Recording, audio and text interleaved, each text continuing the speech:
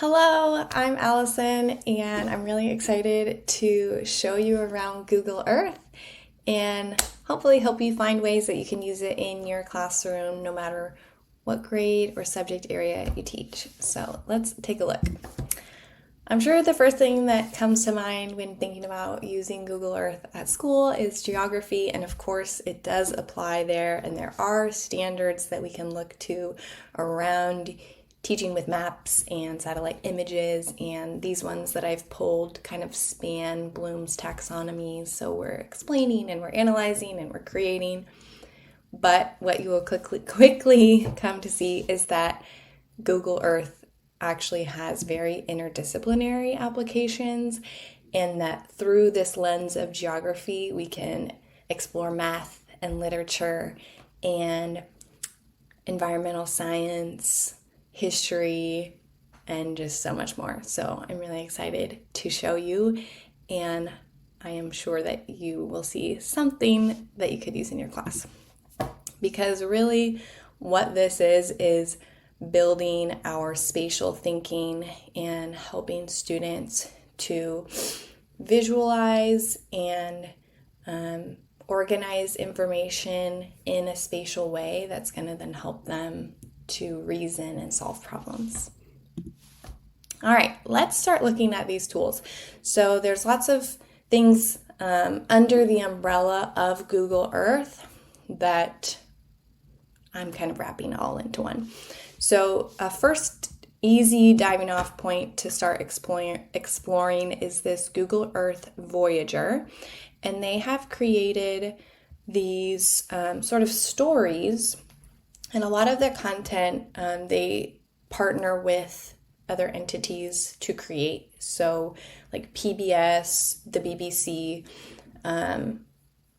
things that we're already leaning on for our content areas, they're leaning on as well. And so I'm just going to grab a random one, global warming. Let's look at this.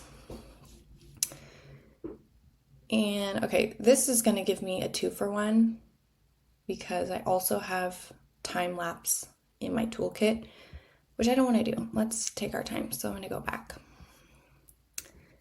How about school? That's what we're talking about, school.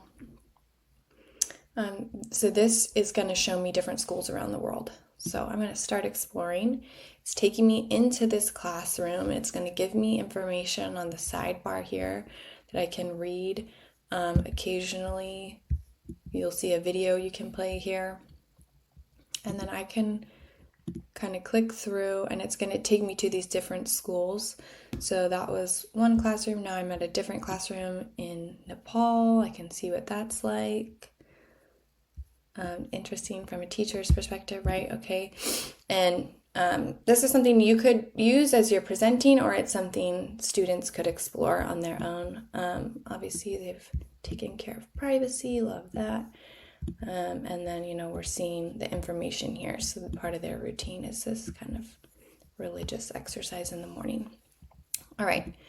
Another great thing, I'll just dive over here real quick. In that same vein is this time lapse. So you could see they've applied this in some of those Voyager stories, or you could look at them isolated and on their own. This project has like a dozen or so of these time lapses that use these images to show changes over time. So we've got glaciers, we've got deforestation, there's some like urban development ones. And again, this is something that you could present, or students could just explore on their own. I think just sometimes seeing is believing, and so to see these changes, it can be really powerful. Okay, we also have a measuring tool. So all you math teachers out there, this is a really low-hanging fruit, and I'm sure that you're much more creative than I am, that you could come up with something really cool with this.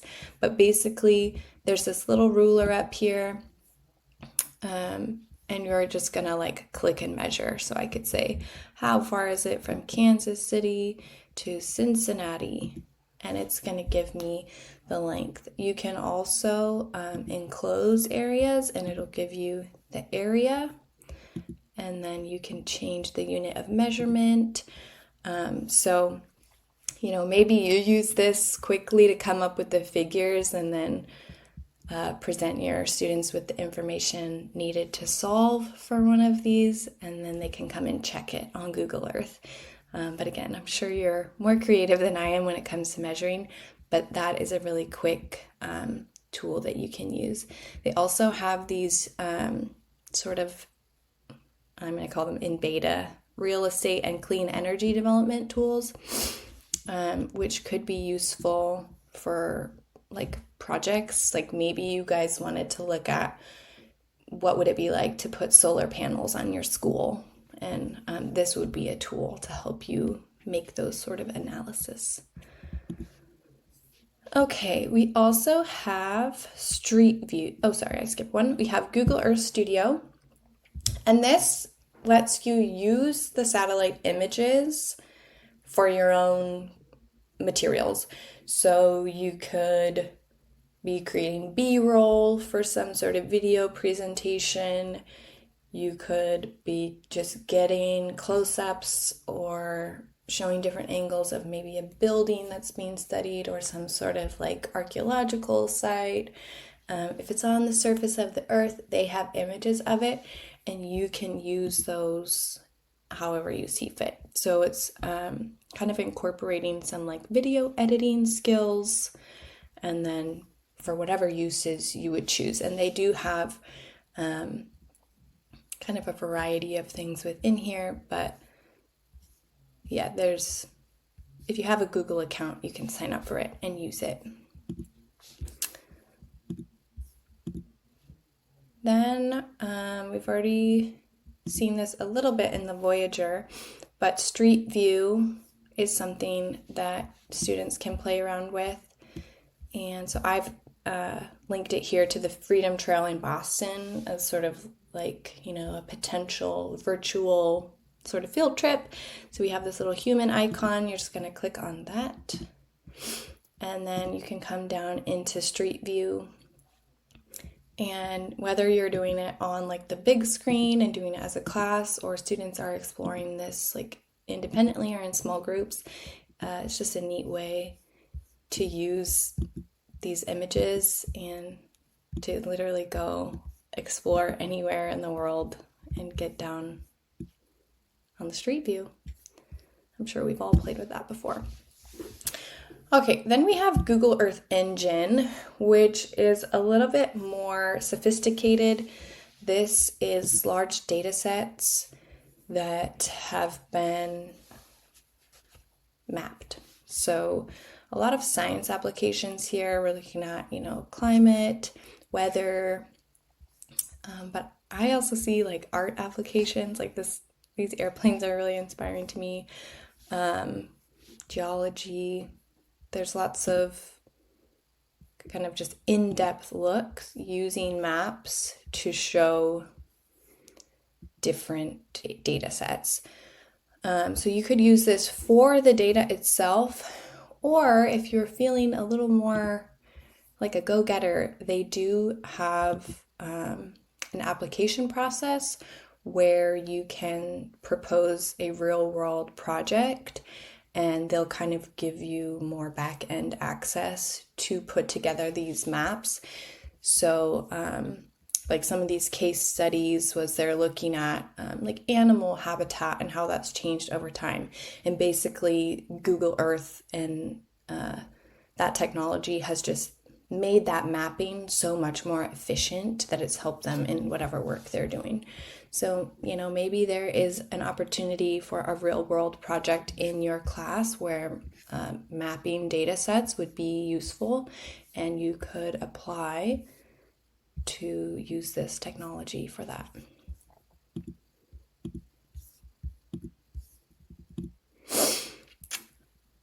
We saw the time lapse. Okay, Google Arts and Culture. So this is a little bit outside of Google Earth, but it does use the Street View in some cases, so I did want to show it. And as an aside, it's an amazing resource as well. There's some cool games on here. One thing to note is that the homepage is sort of like randomized daily, and so you'll want to bookmark any resources that you find so that you can access them. A fun thing for students to explore too, they've got these little quizzes, and it's kind of interactive in sort of like choosing like, oh, what's your favorite color? But what I want to show you are these museum explorers, and again, these randomized daily, but they have over 3,000 collections. So there's just so many cool things. Let's just go try the Museum of Modern Art. So this is using Street View, and I can actually walk around and look through this entire museum and look at all the different exhibits. So cool opportunities for like a virtual field trip. And a neat activity for students to do, or if you had something specific that you wanted to show, or, I mean, there's lots of ways you could use this. But yeah, really, really like well-defined, and on a larger screen, again, this could be really, really impactful and like a cool group experience. So we've sort of looked at these different tools, and there's a lot here. As teachers, as we're trying to pull this all together and make it useful, there's ways to organize the things that you find and create your own kind of pockets of information inside Google Earth. And in some cases, they've done this for you. Oops. So they have some pre-designed lesson plans, and this is in the Google Earth Education in these resources. So they've got very specific lessons, and so you might just find one that applies to your unit. I also want to note for younger grades, they do have some of these Carmen Sandiego lessons, and so it's sort of like a detective simulation that seem really fun. And then they do have by grade different applications. They have these passports. Yeah, here we go. Passports to different subject areas that'll get specific. There's really a lot here. Very like specifically designed lessons. So this one's about Anne Frank. And I'm going to show you one that is kind of applicable to my content area of U.S. history. And so this is about a man who shipped himself out of slavery. And it's, again, got like a table of contents, and you can work your way through. There's these little snippets so you can read while also locating the information on the map, and then it kind of dives around, giving you kind of a backstory. So this guy, his family is sold and he's separated from them, and then that sort of inspires him to take this journey where he actually ships himself, like in the mail.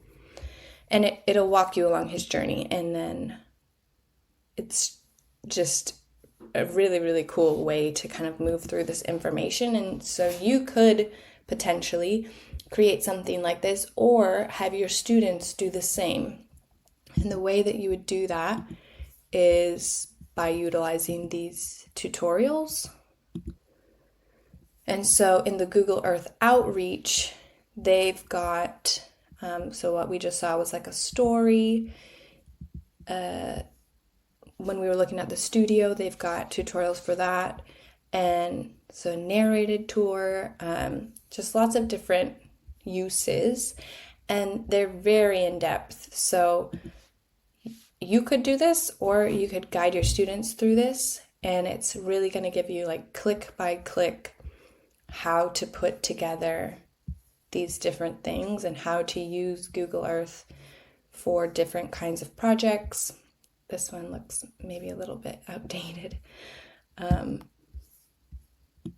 yeah, like I love the idea of having my students create their own story on a map. The first thing that comes to mind, we're going to be studying the Trail of Tears.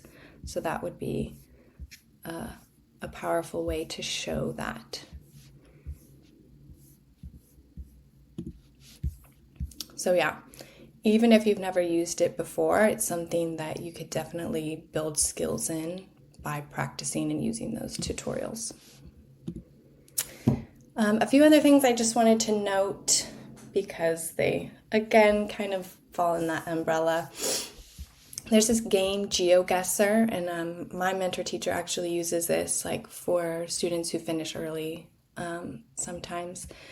And it's a game where it will kind of randomly place you within Google Earth, and you can play with friends, and then you have to use like landmarks or signs or look at the terrain to guess where you are.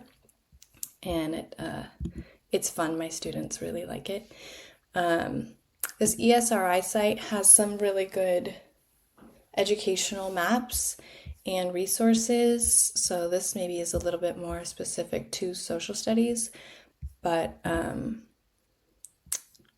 they've kind of mapped things and compiled some different extras and resources, and it's a good way to, this one's not loading, but that's weird. Anyway, they're really fun and just have great maps as far as like historical situations. See if I can get one. Oh, here we go. And a good way to help students start kind of playing around with mapping technology and layers and things like that.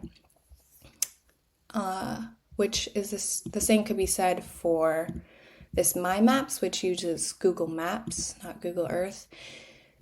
And you can use different data sets to add layers and create your own maps. This also has the measuring tool.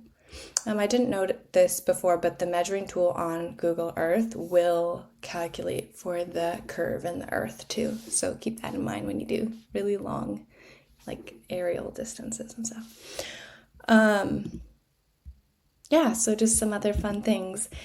And hopefully I've inspired you to use this in your classroom. If not, there's other resources out there with lots of more ideas on how to use Google Earth. But yeah, I am excited to use it in my classroom, and I hope that you are too.